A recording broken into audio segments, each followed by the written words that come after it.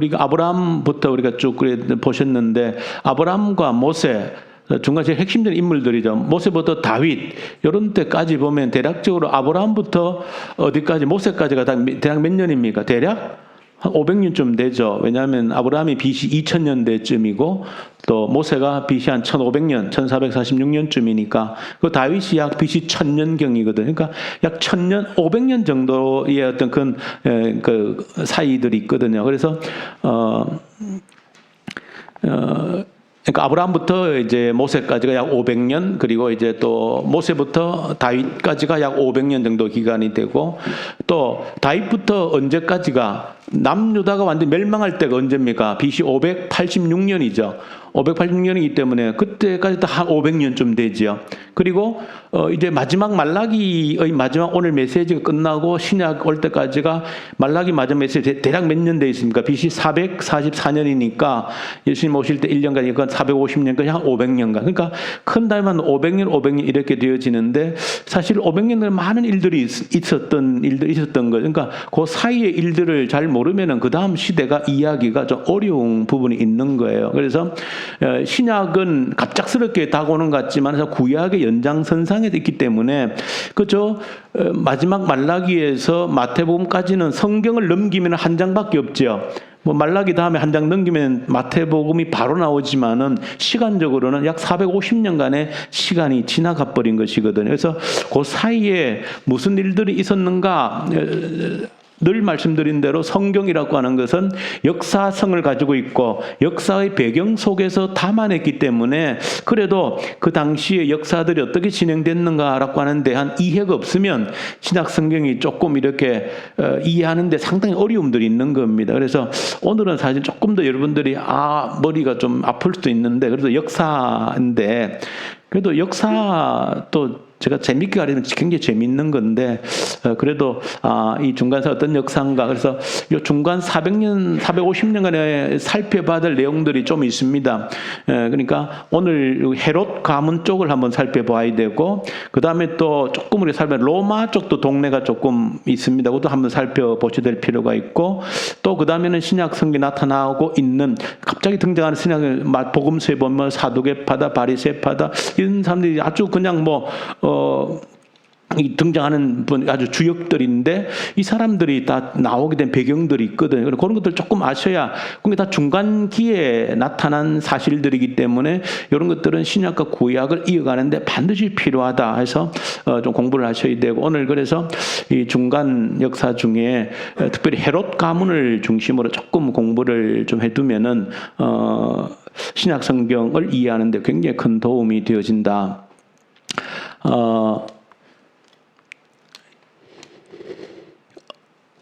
여러분들 말 가운데 함흥차사란 말 들어보셨죠? 함흥차사란 말 아마 유래를 아시는지 모르겠는데 함흥은 지역 이름이죠. 저 북한 저 북쪽에 함흥 지역 이름이고 차사는 뭡니까?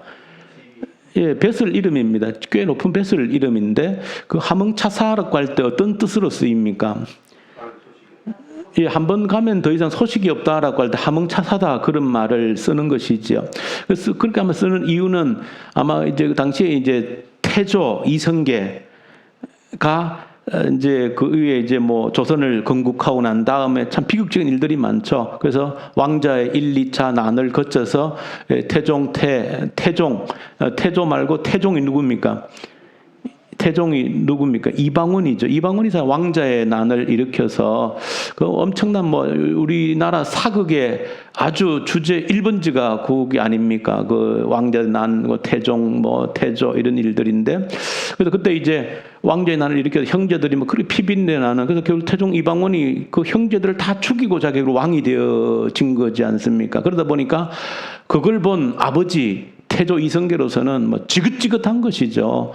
내가 권력이라는 게 뭔지 형제가 형제를 죽이는 이게 권력이라는 걸 결국 환멸을 느끼고 태조 이성계가 다 버려버리고 다시 함흥으로 돌아가 버리지 않습니까? 그러니까 돌아오지 않는 것이죠. 그래서 나중에 태종 이방원이 다시 아버지를 모시기 위해서 누구를 보냅니까? 차사를 계속 보낸 거예요. 보냈는데 이제 민간에 전해오기로 하면 가면 차사가 안 돌아왔다 하는 것이 그것이 민간에 전해지기로는 이제 태조 이성계가 그 아들이 보낸 사신이죠. 차사를 다 죽여버려서 이제 안 오는 거다. 그렇게 민간에 펴졌던 거고, 한 번 가면 못 돌아오는 거죠. 그런 의미에서 이제, 뭐 한 번 가면 돌아오지 않는다. 그런 뜻으로 이제 함흥차사란 말이 쓰여졌는데, 문제는 그 말 속에 뭐가 느껴지는 겁니까? 권력의 피비린내 나는 그런 냄새가 나는 것이죠. 그 아버지와 아들이 원수가 되어지고 형제가 형제를 다 죽여버리는 그런 역사가 사실은 그 조선 태조 그 개국의 역사가 그런 역사들인 것이죠. 그런데 그 태조 이성계의 아들들 그리고 태종 이방원이 자 형제들을 다 죽이고 왕이 되어지는 그런 모습들은 누구에 비하면 오늘 우리가 보게 될 헤롯 가문에 비하면 세 발의 피다 하는 게 이제 느껴지는 게 헤롯 가문의 일들입니다. 그래서 저희한테 한번 이 헤롯 가문을 좀 복잡하지만은 그래도 그 가계를 대충이라도 여러 뭐 다 알려면 끝도 없지만 그런 성경과 관련된 인물들만이라도 조금 이해해 두지 않으면 성경을 이해하는 데도 굉장히 어려움이 있기 때문에 좀 이해를 해둘 필요가 있고 또 저는 생각할 때 이 헤롯 왕이죠. 이 헤롯 왕을 이 성경의 또 배경으로 해서 예수님께서 어떤 분으로 오신 겁니까? 유대인의 왕으로 오셨거든요. 그 묘한 접촉점이 있어요. 뭔가 하면 나중에 좀 얘기를 드리겠지만은 헤롯 가문이 사실은 유대인이 아닙니다. 근데 유대 땅을 통치하는 왕이었거든요. 나중에 나오게 돼서 분봉왕이라는 말도 나오는데 그것도 이제 좀 설명이 필요한 부분이고 어쨌든 헤롯 가문은 원래 혈통은 에돔 족속이에요. 에돔은 누굽니까? 에서의 후손이거든요. 에서의 후손으로서 어디를 유대인들을 통치하는 사회 로마의 위임을 받아 통치하는 위치에 있다 보니까 이 헤롯의 가문들의 자녀들은 정말로 뭐가 제일 꿈에도 소원인가 하면 유대인의 왕이라고 하는 그런 직함을 갖는 것이 꿈에도 소원인 거야. 왜? 본인은 유대인이 아니면서 유대인을 통치해야 되기 때문에. 그래서 이제 헤롯 왕도 나중 예수님이 탄생할 때 죽이려고 그랬죠. 왜 죽이려고 그랬습니까? 유대인의 왕은 누구밖에 없어야 되는 겁니까? 자기 혼자밖에 없어야 되는. 근데 유대인의 왕이 났다고 그러니까 죽이려 한 거예요. 그래서 뭐 영아들을 다 살해하는 그런 엄청난 비극을 저질렀던 게 헤롯 대왕이지요. 그러니까 우리가 한번 그렇게 볼 때 뭔가 하면 실제 역사의 헤롯의 유대인의 왕과 하나님의 아들 유대인의 진정한 왕으로서 오시는 왕 중의 왕으로 오시는 예수의 모습이 사실 비교되어지는 겁니다. 또 다르게 보면 하나님 나라의 왕과 세상 나라의 왕이 대비가 되어지는 거야. 그러니까 그 세상 나라의 왕을 오늘 한번 보시면서 하나님 나라의 왕과 이 세상 나라의 왕 얼마나 비극인지 아마 이거는 뭐 역사적으로 중국의 왕조이든 우리나라 조선 왕조든 뭐 고려 왕조든 어느 왕조에서나 사실은 권력을 두고 부자가 싸우고 형제가 싸우고 이거는 뭐 암투라는 것은 이루 말할 수 없는 것이죠. 뭐 역사 동서고금 어디를 막론하고 그런 왕권을 두고 암투와 어떤 그런 일들이 있지만은 그 모든 왕권의 어떤 그런 싸움 중에 압권으로 보일 사람이 헤롯 가문입니다. 그래서 한번 어떤 면에서 제가 볼 때는 성경에서 헤롯 가문을 배경으로 왕 중의 왕이신 예수님이 이 땅에 오실 때에 그 배경이 된 인물이 헤롯 왕가였다라고 하는 것은 세상의 왕과 하나님 나라의 왕과의 그 대비되어지는 그런 부분이 반드시 있다라고 하는 것이죠. 그래서 그런 측면에서 세상의 왕이라고 하는 것이 참 어떤 의미를 지니는지를 한번 헤롯 왕 가문을 좀 살펴보는 것이 또 실제적으로 신약 성경 군데 헤롯 왕가의 사람들이 등장하기 때문에 조금 이해를 해두고 또 들어도 복잡하고 잊어버려요. 저도 머리 다 기억해도 또 돌아서 막 이름이 막 헷갈리고 그러는데 그것도 한 번쯤은 들어둘 필요가 있다. 자, 먼저는 좀 보시면은 우리 배웠던 역사를 조금 우리가 정리를 하면은 제가 뒤에 화면 그런 제가 잘 안 보이기 때문에 먼저 제일 위에 보면 뭡니까? BC 10세기의 이스라엘 왕국이라는 건 뭡니까? BC 10세기면 언제입니까? 1000년 전이죠? 1000년은 누굽니까? 그때 BC 1000년 전? 아까 얘기했죠? 아브라함, 모세, 천년전이 다윗이죠. 그러니까 BC 10세기 이스라엘 왕국이라 그러면 어느 왕국? 다윗 왕국을 얘기하는 거예요. 다윗 왕국이 있었고 930년에 분열됐죠. 통일 왕국이 분열됐죠. 누구 때에? 솔로몬 왕 때 남북으로 나라가 분열됐지 않습니까? 그러다가 분열된 왕국 가운데 북쪽이 먼저 망했죠. 언제? 722년 어느 나라에 의해서? 아시리아에 의해서 망했다는 거예요. 자, 여기서 하나 꿰가는 틀은 뭔가 하면은 하나님의 백성, 이스라엘 백성이라고 하는 틀을 놓고 그 주변에 어떤 제국들이 하나님 나라와 연관되어져서 역사를 만들어가는 그 주변을 훑는 겁니다. 그러니까 다윗 왕국부터 해서 이제 남북으로 분열돼 가지고 북쪽은 아시리아 제국에서 망하고 남쪽은 한 200년 정도 더 유지가 되다가 어디에 의해서? 예, 바벨론에 의해서 몇 년도에 완전히 망하죠?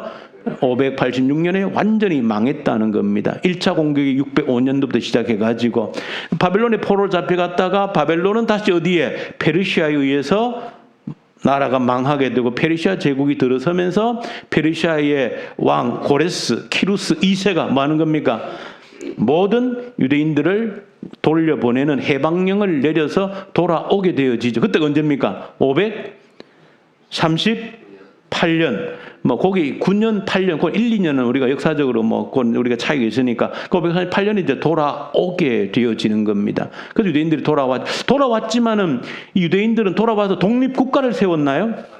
그거 하나 잘 유념해 두셔야 돼요.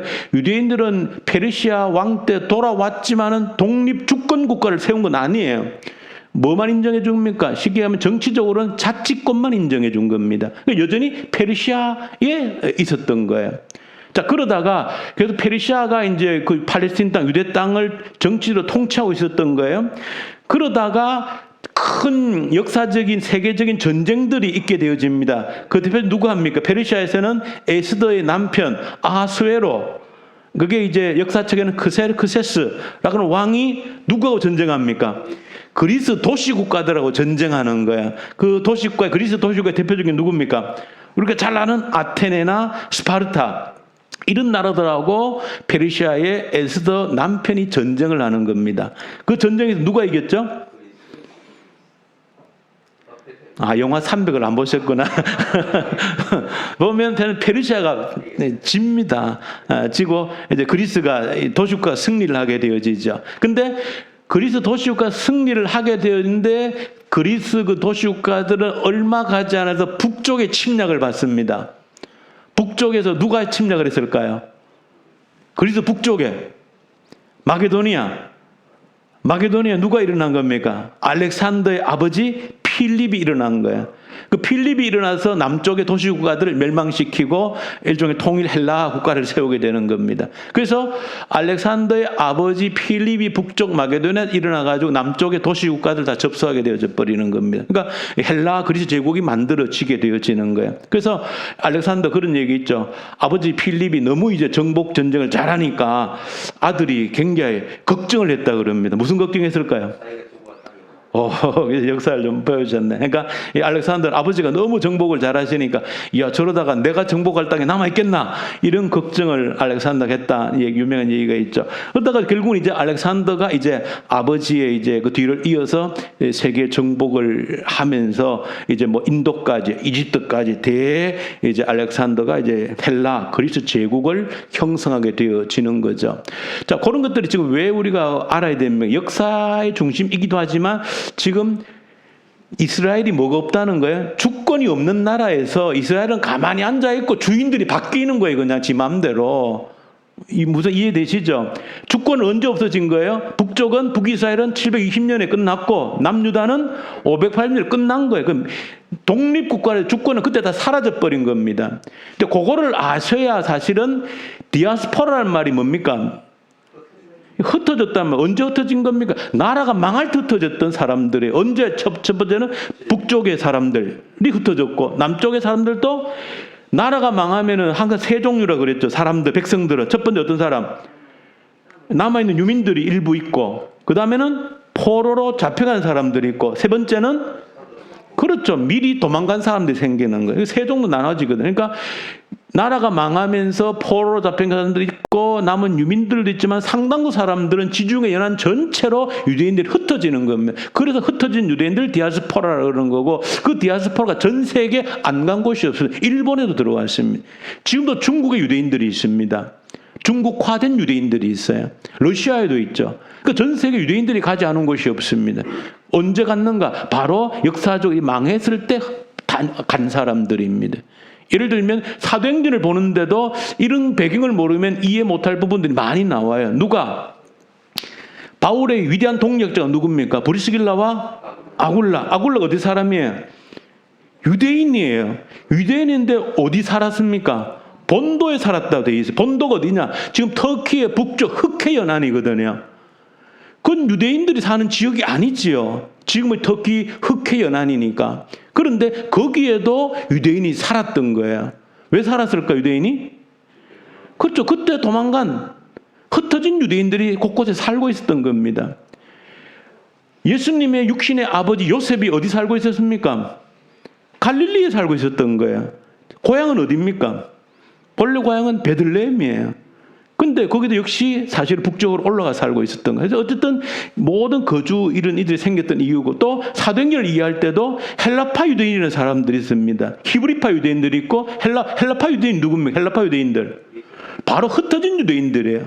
전 세계 흩어져 살다가 고향으로 돌아온 유대인들이 헬라파 유대인들입니다. 그러니까 이런 역사적 신약을 이해하기 위해서는 이 역사를 모르고는 신약을 도무지 이제 이해를 못하는 겁니다. 어쨌든 자, 그래서 망한 유대, 왜 유다라 그럽니까? 이스라엘을 갖다가. 그것도 상식이죠. 유대 나라라고 그러죠. 또 유대인이라고 그러죠. 이스라엘 왜 그럽니까? 그런 의미도 있지만은 북이스라엘은 망했단 말이죠. 망하고 그건 또 아시리아의 정복 정책에서 피를 섞어버리는 정책 때문에 남쪽 유대인들은 이스라엘이 아니라고 생각합니다. 북이스라엘 완전히 사라졌다 생각하는. 그러니까 남은 게 남쪽 유다인데 왜 유다라고 그래요? 남쪽 유다는 그 대부분 유다 지파 사람들이거든. 그래서 유대인이라고 그러고 유다라고 표현을 하는 거. 난 그 유대인이란 말이 나오는 거고, 그 유다라면 그렇게 쓰이는 겁니다. 유대인, 지금도 유대인이라고 그러죠. 그런 것 때문에 이제 그렇게 용어적으로 쓰이는 것이고. 그러니까 유대 나라는 가만히 있는데 독립 주권이 없으니까 계속해서 나라 세계 주권들이 영이 바뀔 때마다 어떻게 바벨론 주인 됐다가 페르시아가 주인 됐다가 이제는 알렉산더 그리스 헬라 제국이 주인이 됐다가 그러다 또 주인이 바뀌어. 왜? 알렉산더 몇 년 만에 돌아가셔요? 정복화 몇 년 만에? 한 3년 만에 죽어버립니다. 젊은 나이에 요절을 하지요. 근데 요절하고 나니까 그 넓은 대제국을 누가 다스려요? 아들들은 다 독살당합니다. 죽습니다. 아들들이 물려받지는 못해요. 그래서 알렉산더 밑에 있던 그 장군 5명이 다 영역을 나눠 다스리게 되어지는 겁니다. 5명 다 이제 뭐 동서남북 나눠 다스리는데 우리가 다 기억할 수 없고, 제일 중요한 거 유대 땅을 접경으로 해가지고 이제 두 나라가 분리가 되는데 이집트를 중심으로 뭡니까? 프톨레마이오스 하는 거, 프톨레미 왕족 하는 그건 한 번은 기억을 해둘 필요가 있어요. 그 위에 지금 터키나 이쪽 이란 쪽을 다스리는 어느 누굴까요? 셀류쿠스 가는 왕조가 이제 알렉산더 부하들이거든요. 다스렸는데 그 셀류쿠스하고 어디가 남쪽의 프톨레미 왕조하고 그 경계선이 사실은 어디입니까? 유대 땅입니다. 그러니까 처음에는 누가 프톨레미 왕조에서 차지했다가 또 나중에 접경이다 보니까 나중에는 위에 셀류쿠스 왕조가 또 유대 땅을 차지하게 되어집니다. 그러니까 계속 이제 유대 땅 가만히 있는데 이 역사의 주인들이 바뀌면서 수도 없이 그냥 유대 땅의 주인들이 왔다 갔다 하는 거예요. 그런 과정들이 계속 이어지고 있고, 유대인들에게는 한 번도 뭐가 없었다? 주권이 없었던 거예요. 근데 이 암흑기 가운데 유대인들이 독립 주권을 한번 찾은 때가 옵니다. 그게 뭔가 하면은 BC 168년도부터 63년까지 약 100년 동안 주권을 찾습니다. 독립국가가 되는 거예요. 유일한 거예요. 오랜 그 동안 BC 586년도에 주권을 잃어버렸다가 언제? BC 168년도부터 63년도까지 약 100년 동안 주권을 찾습니다. 그러다가 100년도 주권을 탔다. 그 다음 누구한테 잃어버려요? 로마한테 빼앗겨버립니다. 로마한테 빼앗기고는 한 번도 다시 주권을 찾아 못 찾았다. 2000년 동안 잃어버렸습니다. 그러다가 근세, 최근에 언제? 1948년도에 근세에 다 지금 저 땅에다가 이스라엘이 다시 독립국가를 세운 게 그게 이스라엘 역사입니다. 크게는. 어쨌든 그렇게 이제 알렉산더 후예들이 밑에 두 부하장수 위에 어디 셀주크하고 밑에 프톨레미하고가 하다가 이제 나중에는 북쪽에 셀유쿠스 왕조가 이제 팔레스타인을 다스리는데 BC 168년도에 독립전쟁을 하게 되는데 하게 된 이유는 뭘까요? 그 중에 안티오쿠스. 요거는 또 기억해야 되죠. 아주 악질인데도 성경과 연관이 왜? 이 악질인데도 이 사람이 자기 이름을 따서 도시를 지중해 연안에 10몇 개를 세웠습니다. 그게 신약 성경의 안디옥이에요. 그 안디옥 이름이 안티오쿠스라는 그 왕의 이름이 따왔거든요. 그러니까 성경 사도행전에 시리아 안디옥도 있죠. 이방인의 최초의 교회 시리아 안디옥. 또 터키 중앙에 비시디아 안디옥이 있죠. 그 안티오쿠스 이름을 딴 겁니다.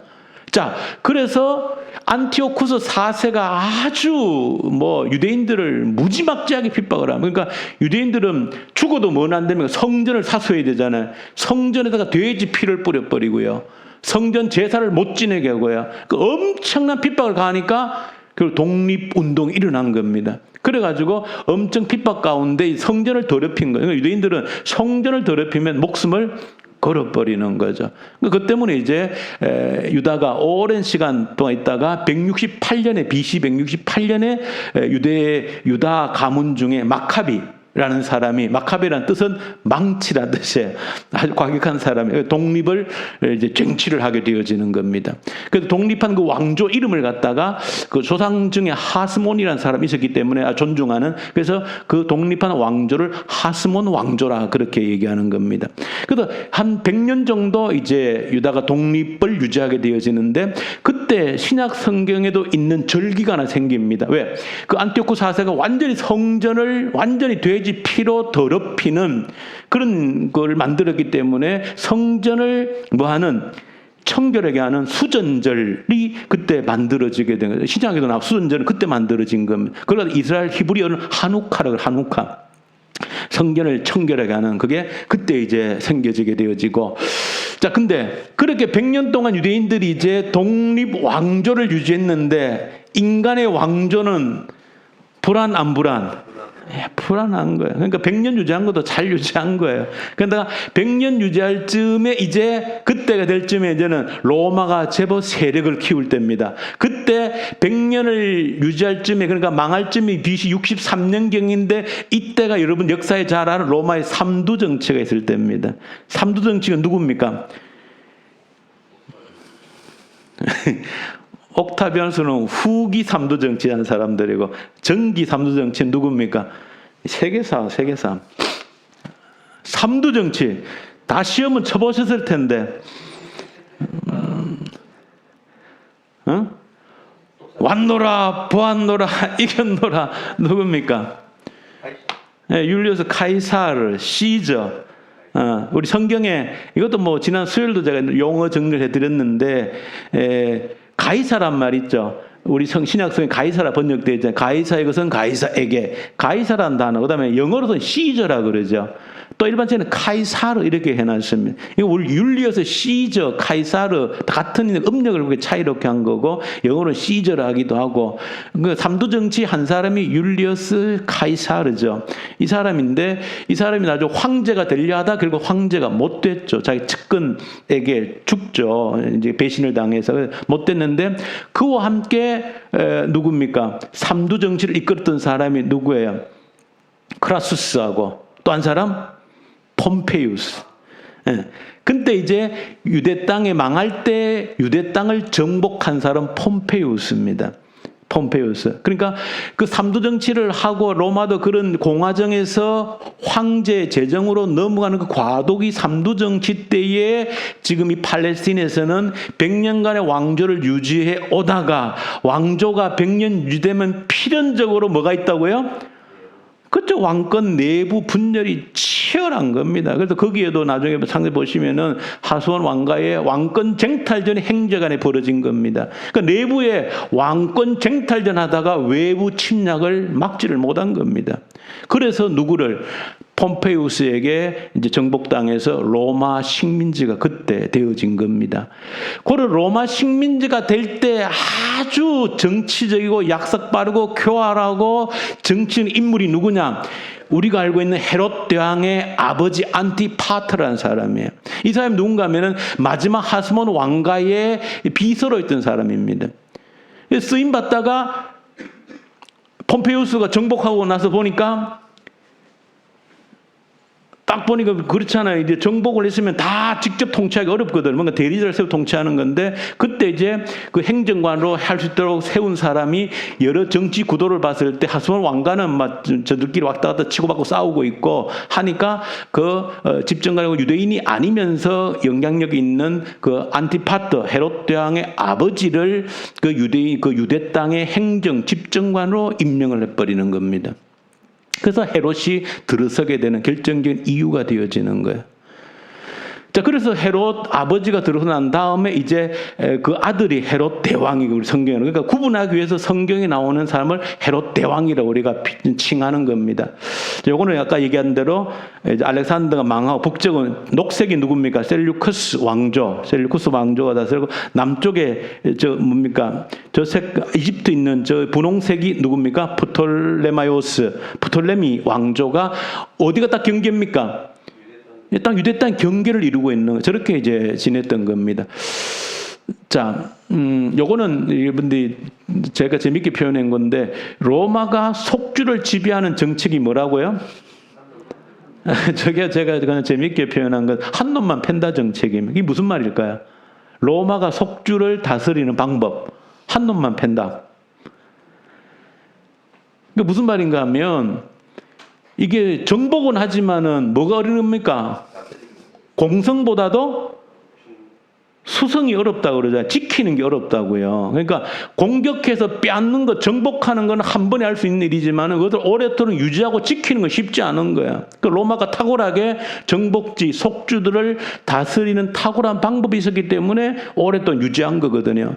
그러니까 이 로마가 정복을 하고 난 다음에 다스리는 아주 지혜로운 방법 하나가 한 놈만 팬다 정책입니다. 그 말은 무슨 말인가 하면 한 놈만 관리하겠다 그 말이에요. 그 무슨 말인가 하면은 얘들 유대 땅을 이렇게 탈환을 했으면은 로마인을 직접 파견해서 뭐 총독이 오기도 합니다. 이제 잘못할 때 총독 파견하는데, 총독 파견하기 전에 본래는 유대 땅에 있는 정치인 가운데 한 사람을 세워서 이제 권한을 주는 거예요. 권한을 주면 뭐 하는 겁니까? 내가 네한테 권한 줬으니까 넌 나한테 뭐야? 절대 충성해. 그리고 세금 걷어서 잘 바쳐. 나머지는 네한테 모든 건 맡겨줄게. 그 로마는 누구만 관리하면 되는 거예요? 그 한 놈만 관리하면 되는 겁니다. 그러면 이놈이 목숨 걸고 그냥 온갖 수단과 방법을 가리지 않고 자기 영역이고 자기가 왕이 되니까, 통치되니까 그냥 뭐 온갖 방법을 다해서 이렇게 로마에 충성을 다하는 거죠. 그 방법, 로마가 이 속주들을 다스리는 방법들입니다. 그러니까 이제 나중에 성경에 보면은 여러 가지 헤롯 왕가들이 그런 로마 정책에 따라서 이 지역의 왕이 되고자 하는 그런 권력력을 가졌던 겁니다. 그 로마의 그런 정복 정책에 따라서. 자, 그래서 이제 헤롯 왕가가 이제 본격적으로 유대인과 연관돼서 정치 무대에 등장하고 성경과도 이제 밀접한 연관을 가지게 되어지는데, 시간이 좀 갔으면 빠르게 좀 정리를 하고, 어쨌든 조금 시작해서 헤롯 왕가 조금만 보십시다. 다 볼 수는 없고, 이게 왜냐하면은 1, 2, 3, 4, 5번이 뭡니까? 제일 중심이 이제 헤롯 대왕이죠. 성경에 등장하는 헤롯 대왕이니까. 헤롯 대왕이 뭐 아니면 성경에는 예수님 오셨을 때, 예수 오셨을 때에 뭐 한 사람입니까? 유대인의 왕이다 했으니까 다 죽여버리려고 했던 왕이 헤롯 대왕입니다. 조금 더 관심 있는 분들을 위해서 헤롯 대왕이 언제 죽습니까? 헤롯 대왕이 사실은 성경 마태복음 보셔요. 예수님 태어날 쯤에 죽지요. 죽게 되어지는데, 그 죽은 것은 사실은 역사적 기록이기 때문에 로마 여러 역사 기록에 남아있을까요, 없을까요? 있습니다. 언제 죽습니까? 실제 역사로 보면 BC 4년에 죽습니다. 그래서 예수님의 실제 탄생 연도는 지금 우리의 연도로 하면 BC 4년에 예수님이 출생하는 겁니다. 일단 오시는 연도가 되어지는 거예요. 그거는 뭐 역사적으로 다 그렇게 증명이 되어진 부분이고. 어쨌든 그래서 이제 헤롯 대왕이 이제 왕이 되면서 이제 그 아들들 간의 왕위 쟁탈전이 엄청 복잡한데 지금 1, 2, 3, 4, 5번이 뭡니까 저게? 헤롯 왕의 부인들입니다. 5명은 조금 대표고 왜 5명 더 있습니다. 그러니까 이게 이제 뭐 복잡할 수밖에 없죠. 저 아들들 사이에서 어떤 이제 피비린내 나는 왕위 쟁탈전이 생기게 되어지는 겁니다. 뭐 이루 다 말로 할 수 없는데 이제 헤롯 대왕하고 그 이후에 이제 뭐 아켈라오 뭐 헤롯 안디바조 조금 성경에 익은 이름들이잖아요. 자, 여기서 전체 하나 기억해 두고 뭔가 하면은 요 사람들이 지금 말씀드린 것처럼 어디에 위임을 받아가지고 로마의 위임을 받아가지고 유대 땅을 통치하는 사람들이거든요. 근데 자기 혈통을 어디라고 그랬습니까? 에돔이라고 그랬죠. 그러면 컴플렉스가 하나 생기게 되는 거예요.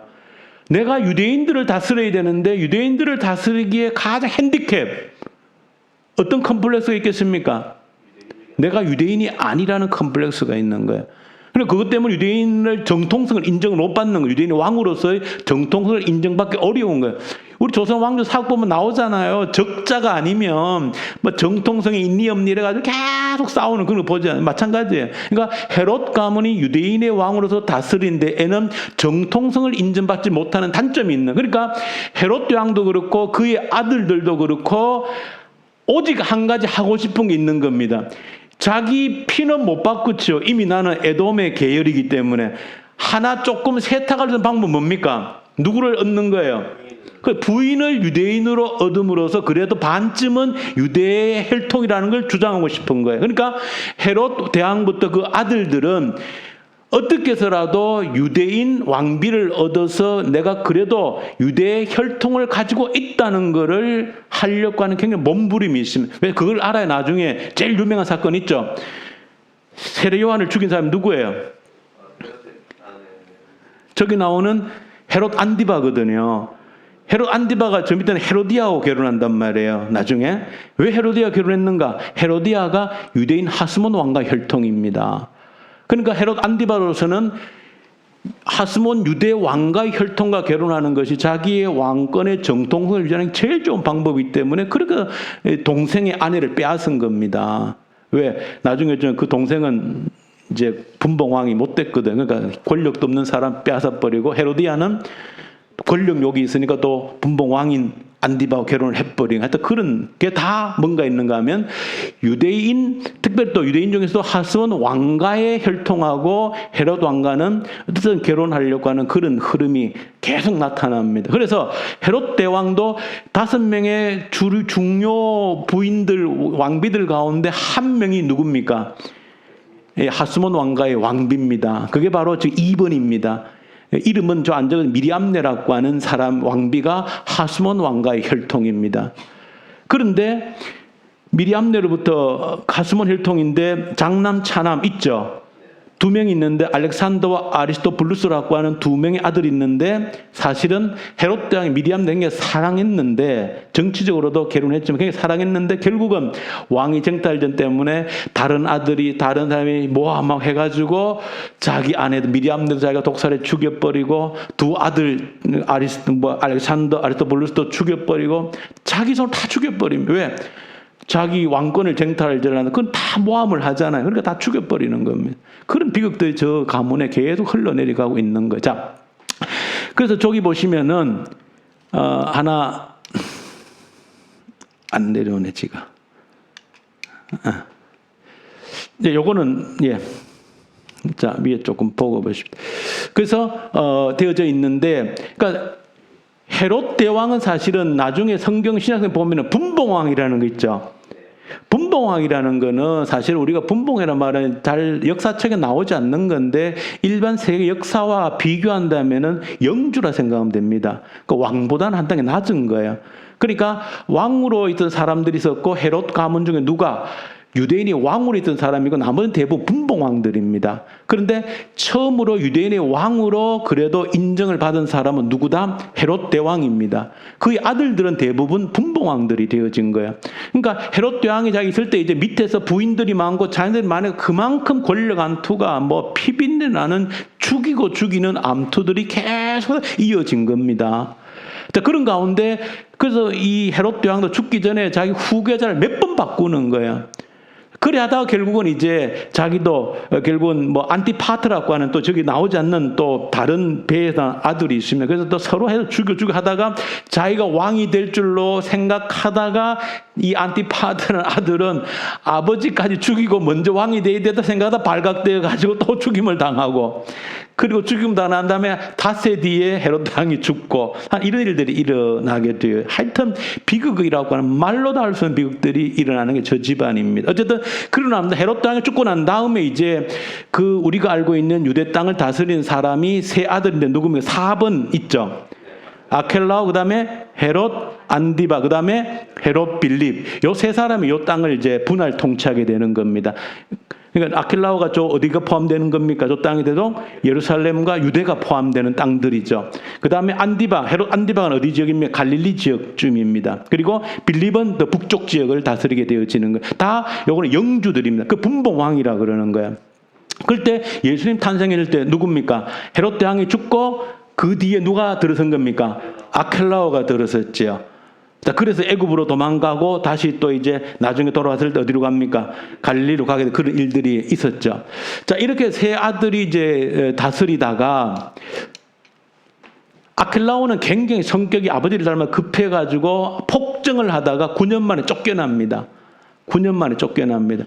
9년 만에 쫓겨나고 난 다음에 뭐가 되는가 하면은 분봉왕이 쫓겨나기 때문에 로마에서 대리왕이 했는데 너무 폭정에 쫓겨났으니까 그 다음에 세운 게 누구면 로마 직접 통치가 이루어진 거예요. 그건 뭘 보낸 겁니까? 총독을 보낸 거예요. 그래서 이제 아켈라고 쫓겨나고 로마의 총독을 다스린 게 우리가 아는, 우리가 예수님 죽을 때는 어느 총독입니까? 빌라도 총독이죠. 빌라도 총독은 벌써 5번째 5대 총독입니다. 그래서 총독이 다스리다가, 그러다가 여러분 조금 이제 밑에 보시면은 우리가 관심 있게 좀 배워야 될 인물 중에 한 인물은 요거는 보입니까? 네. 여기는 좀 보이나요? 저는 또 보이진 않는데, 요가 또 복잡한데, 좀 복잡하지만은 중요 인물만 저기 몇 사람 이제 표시를 해뒀는데, 그 인물 가운데 하나 기억해야 될 인물들은 아켈라오가 죽고 누가 들어왔다 그랬죠? 총독이 들어왔고, 총독 들어와 그 다음에 성경적으로 좀 관심 있는 인물 중 한 사람은 그 옆에 헤롯 안디바 있죠? 헤롯 안디바는 갈릴리 쪽을 다스리던 사람이었는데, 예. 성경에 제일 유명하게 등장하는 뭡니까? 세례요한 사건이죠. 세례요한 사건인데 왜 죽였습니까? 세례요한을? 세례요한은 동생의 아내를 취했다고 이야기하니까 헤롯대가 불만을. 그렇죠. 근데 동생의 아내가 누굽니까? 결국은 자기 형제, 배다른 형제입니다. 그러니까 빌립, 그것도 빌립인데, 그러니까 누구가 보면은 헤로디아는 또 누구 딸이에요?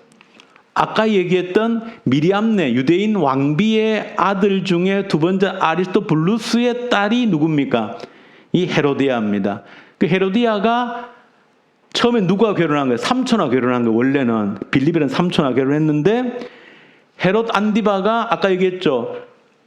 왕비, 유대 하스몬 왕가의 왕비와 결혼해야 혈통에 대한 어떤 그런 컴플렉스를 극복하기 때문에 누굴 뺏은 겁니까? 그래서 헤로디아와 결혼을 한 겁니다.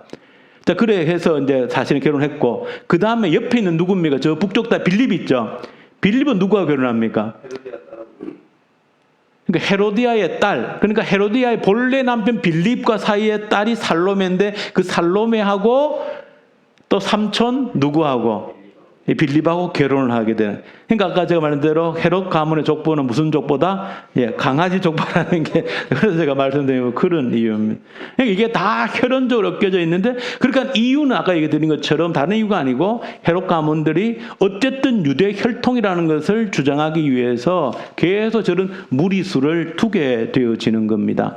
자, 어쨌든 그렇게 해서 이제 그 하다가 나중에 우리가 그 사도행전에 보면 이런 배경들을 제가 몇 번 말씀드렸죠. 나중에 보면 다 연관이 됩니다. 누구하고도 사도행 10장에 보면 누구 나오죠? 로마의 백부장 고넬료 나오죠. 베드로 만나는 사건 나오죠. 12장 가면 누가 나오죠? 헤롯 아그리파 나오죠. 나오는데 로마에서 이제 나중에 이제 저기 보시면 하스몬 왕과 미리암네의 아들 두 사람이 다 죽었다 그랬죠. 근데 그 아들 중에 이름 적어놔도 헤롯 아그리파 아리스토블로 옆에 놓으면 헤로디아죠.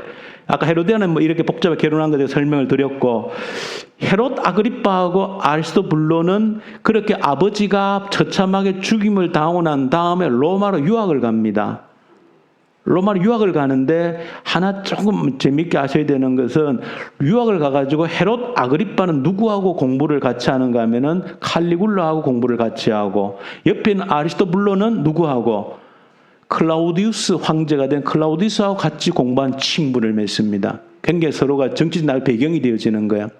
그래가지고 나중에 이제 칼리굴라가 황제가 되고 난 다음에 어떻게 하는 겁니까? 로마에서 자기와 함께 공부했던 친구 헤롯 아그리파를 뭐로 임명해 버려서 그런 거예요? 유대인의 왕이라는 임명을 해가지고 보내버리는 거예요. 그러니까 어떻게 되는 겁니까? 완전히 저 다스리고 있던 헤롯 빌립하고 헤롯 안디바는 속된 말로 나가리 돼버리는 거예요. 왜? 저다 분봉 영주들이잖아요. 근데 누가 왔으니까?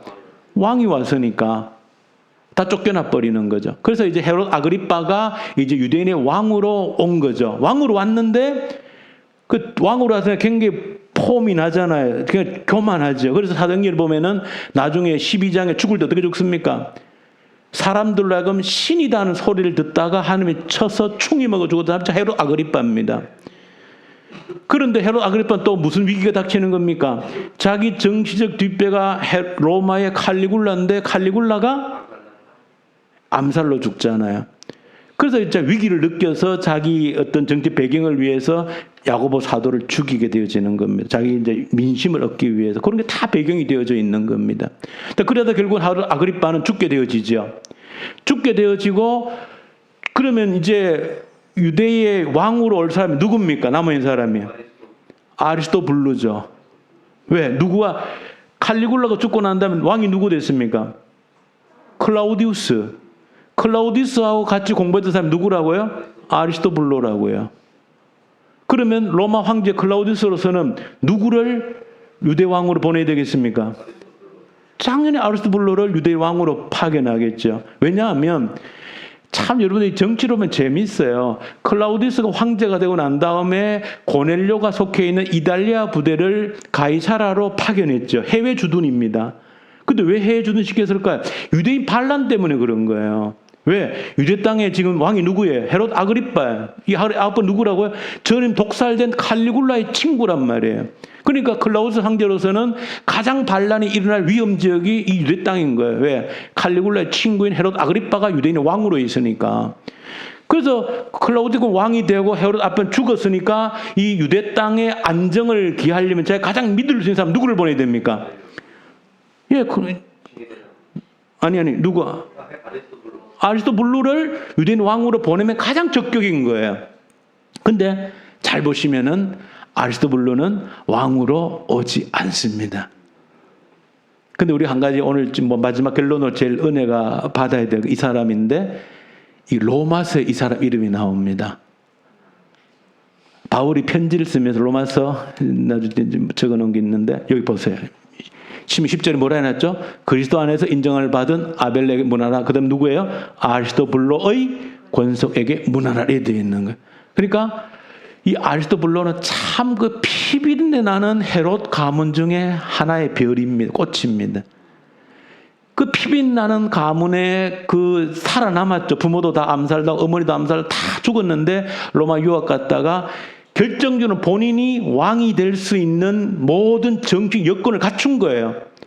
지금 팔레스틴 땅에도 유대 땅에도 왕자리가 비어 있고, 그 다음에 또 뭐 더 있습니까? 로마의 절대월대 클라우디우스 황제의 뒷배경도 되고, 마음만 먹으면 결국 본인은 유대인의 왕으로 갈 수 있는 겁니다. 그 형제들이 그렇게 부모를 죽이고 어머니를 죽이고 형제를 죽이면서까지 유대인의 왕이 되고 싶었던 그 자리죠.